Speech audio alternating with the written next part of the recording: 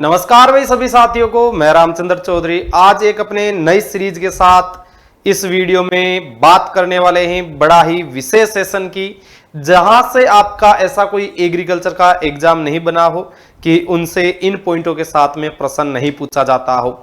बड़े ही minor point है, लेकिन अपन इसको बड़े आसान तरीके से एक साधारण भाषा में पढ़ रहे हैं आज।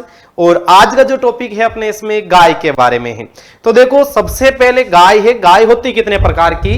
तो गाय दो प्रकार की होती, एक होती है देसी गाय, एक होती है विदेशी गाय। ठीक है, देसी गाय को अपन भारतीय गाय भी बोल सकते हैं, विदेशी गाय एक्सोटिक्स रहती है।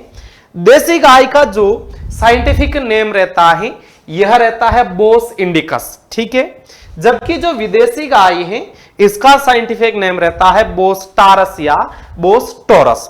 अब इन दोनों में पता कैसे चलेगा देसी कौन सी है विदेशी कौन सी है? तो जो देसी गाय होती है उसमें थुई पाई जाती है। थुई कैसे? देखो, ये ऐसे कुबड़, ये इस प्रकार की इनमें कुबड़ पाई जाती है। जबकि जो विदेशी गाय होती है इसके ऊपर कुबड़ नहीं पाई जाती, एकदम समतल रहती है, जैसे क्रिकेट का पिच हो। यहां एक कंपैरिजन कंप्लीट, ऐसे आप इसे पहचान सकते हैं। अब अपन इसकी बात करें कि ये कौन से फैमिली से बिलोंग करती है, कुल कौन सा आता है? तो गाय का कुल कौन सा है? बोविडी है। गुणसूत्र की अगर बात करें तो गाय में गुणसूत्र पाए जाते हैं 60। अब गाय की जो सामान्य जानकारी है, जिसे शब्दावली के नाम से भी जाना जाता है, इसको अपन देखते हैं एक लव स्टोरी ऑफ कौ विथ सांड के साथ। तो देखो, इसको आराम से समझना। गाय जो चराने वाला होता है उसे क्या कहा जाता है? उसे ग्वाला कहा जाता है। ठीक है, अब ये ग्वाला गाय चरा रहा, तो सिंगल गाय तो चरा नहीं रहा है, समूह में चराता है, या जिसे अपन झुंड कह सकते हैं, तो समूह या झुंड। अब गायों को चराना काम कोई इजी काम नहीं है, बहुत ज्यादा हार्ड काम है। अब ग्वाला है तो बेचारा वो इतना थोड़ी पड़ा हुआ है कि वो पूरा हार्ड शब्द बोलेगा। उससे पूछ लिया भाई गायें चराने काम इजी है कि हार्ड है, तो उसने कह दिया कि सर हर्ड है। तो गायों का झुंड या समूह क्या कहलाता है? हर्ड कहलाता है। अब ये गायें चरा रहा है तो जरूरी तो नहीं कि केवल गाय हो, फीमेल ही हो, भाई मेल भी तो हो सकता है, मेल फीमेल दोनों हो सकते हैं। तो मेल और फीमेल वयस्क। ठीक है, सबसे पहले वयस्क के बारे में बात करेंगे। तो वयस्क मेल और फीमेल, इनको अपन ने नाम दिया गया है। तो वयस्क जो मेल है इसे बुल कहा जाता है, और जो वयस्क फीमेल है इसे कौ के नाम से जाना जाता है। अब ये दोनों आपस में चारा चर रहे हैं। चारा चरते चरते दिन हुए 21, चारा चरते दिन हो गए 21। गाय जो आ गई है हीट में, कितने टाइम के लिए आई है? 10 से लेकर 24 घंटे के लिए। तो ये 21 दिन है जो गाय का क्या कहलाया है? मध्य चक्कर। जबकि 10 से 24 घंटे हैं, ये क्या कहलाया? मध्य काल। अब चक्कर और काल में भी कंफ्यूजन होता है। चक्कर जितना लंबा चलेगा सक्सेस होने की संभावना उतनी ज्यादा होती है।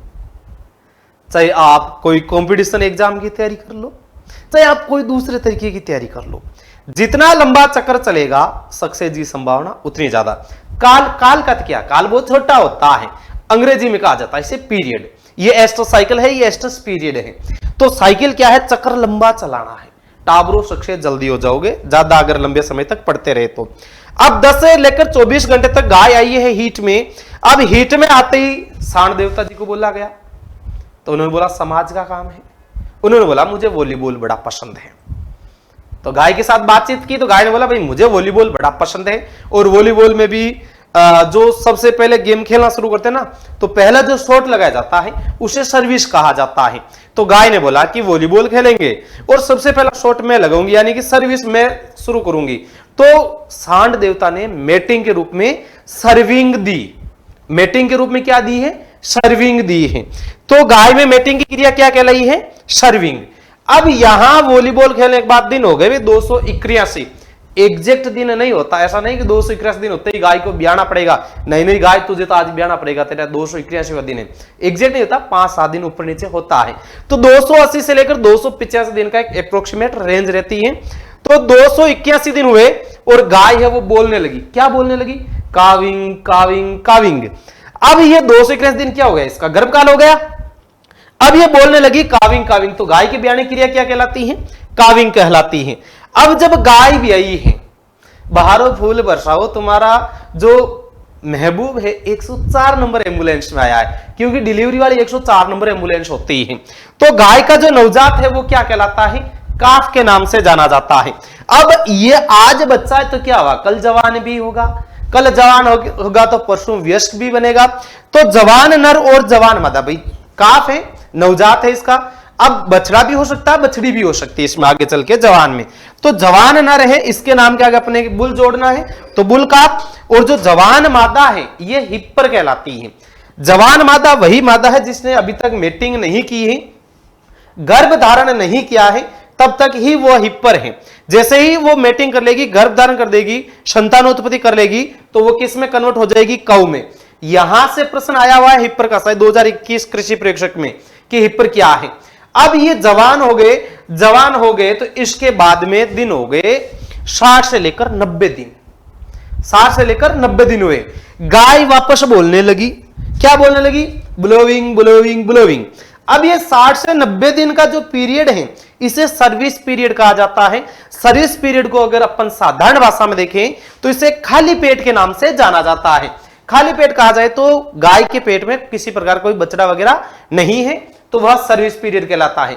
यह 60 से 90 दिन का होता है। ड्राई पीरियड भी 60 से 90 दिन का होता है, उसमें दूध को सुखाना पड़ता है, उस टाइम पशु दूध नहीं देता है, वह ड्राई रहता है, यह सर्विस पीरियड है। अब गाय बोलने लगी ब्लोइंग ब्लोइंग, तो गाय के बोलने या रंबाने की क्रिया क्या कहलाती है? ब्लोइंग। अब जब भी मादा पशु बोलता है तो समझ लेना 99% संभावना रहती है कि वो हीट में आया है। अब अगर ये हीट में आ गया और यहां अगर मेटिंग हो जाएगी तो भी गाय दूध देना बंद कर देगी।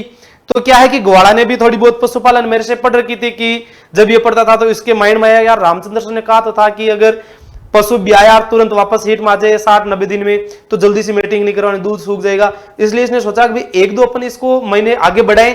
तो ऐसे करते हैं कि सांड देवता को बुलाते हैं कि ये भी भाई बोली है, गाय भी बोली है, सांड देवता भी बोले हैं। सांड देवता तो कुछ ज्यादा ही बोले होते हैं। तो सांड देवता को बुलाए, भाई गाय हीट में है। इन्होंने बोला हो कोई बात नहीं, आ रहे हैं। तो अब देखो ग्वाला के क्या है, मुंह पे राम बगल में छुरी, कट जाएगी इसकी कस्तूरी। तो जैसे ही सांड देवता को बुलाया गया उनको बंध्याकृत कर दिया। अब बंध्याकृत कर दिया यानी कि न्यूट्रल हो गए वो। तो अब वो बोलते अब अपना क्या काम है, बाबा चले पहाड़ों में है। तो इसको बंध्याकृत करते ही दो नाम दिए, एक तो दिया बुल्लोक, एक दिया स्टिर। बुल्लोक, बुल के ऊपर लोक लगा दिया, ताड़ो लगा गई जिंदगी वास्ते है। तो बुल्लोक है ये, तो फिर बोलता है भाई मेरे ऊपर बोझा ढोलो, बोझा ढोलो, कृषि कार्य कर लो।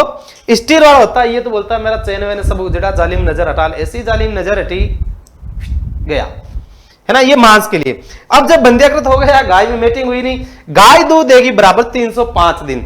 तो ये क्या कहलाएगा? इसका दुग्ध काल। गाय का जो मांस, भाई छोटे से बच्चे थे अपन, तो कोई भी व्हीकल रहता था, चाहे साइकिल हो चाहे मोटरसाइकिल हो, उसके हैंडल के ऊपर वो हॉर्न के ऊपर अपन ऐसे अंगूठा करते थे ना, पीपी पीपी पीपी। तो ऐसे गाय का भी बछड़ा होता है या गाय होती है, गाय के ललाट के ऊपर जाकर ऐसे हॉर्न दबाना, पीप तो आवाज आएगी बीप। तो गाय का मांस क्या कहलाता है? बीप। जबकि बछड़े का मांस कहलाता है व्हील। तो भाई इस एक छोटे से वीडियो में आपको गाय के बारे में संपूर्ण जानकारी दी गई है। अगर आप मजबूत तैयारी करना चाहते हैं कोई भी कॉम्पिटेटिव एग्रीकल्चर संबंधित, तो आप डेली जुड़े शाम 6:15 बजे उत्कर्ष एग्रीकल्चर यूट्यूब चैनल पर। धन्यवाद।